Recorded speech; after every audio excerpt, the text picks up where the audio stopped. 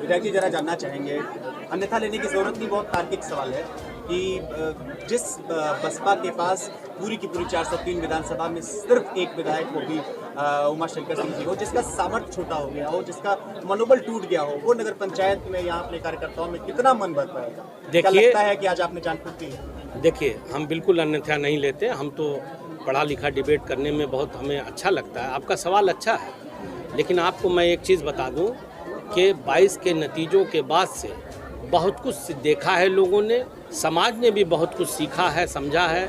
मुस्लिम समाज ने भी बहुत देखा और उसमें बदलाव आया।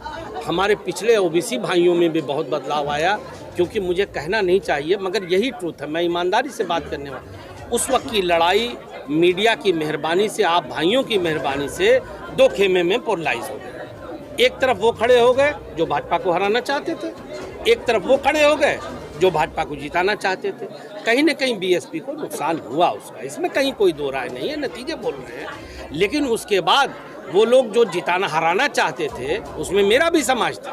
99% वोट देने के बाद क्या नतीजा हुआ? बहुत सारे ओबीसी भाई भी थे, बहुत लोग जुट करके गए थे, बहुत लोग जुट करके गए थे कि लाओ हटा दो, लाओ हटा दो। लेकिन क्या हुआ सबने देखा।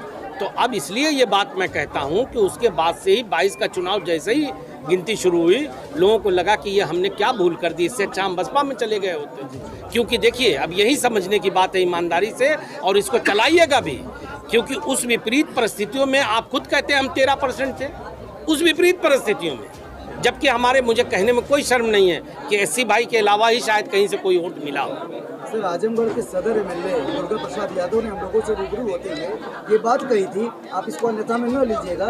उन्होंने आपका नाम लेते हुए कहा था कि जब से गुड्डू जमाली लास्ट में बूंदाबांदी हो रही है, आपसे 30 सेकंड में जानना चाहेंगे कि ये जिस नगर पंचायत गौरा बादशाहपुर में जौनपुर आप इस वक्त बैठे हैं, यहाँ एक बड़ी आबादी मुसलमानों की है।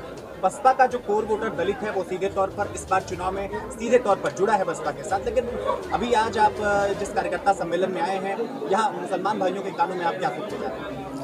नहीं, मैंने तो जो कहना था मन से कहा। अगर आप लोग रहे होंगे तो आपने सुना भी होगा।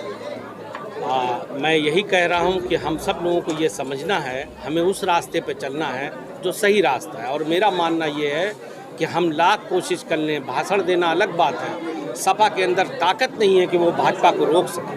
अगर कोई रोक सकता है तो बहुजन समाज पार्टी बानिया बहन जी रोक सकती है, इसलिए कि उनके पास एक बेस है, एक बेस है।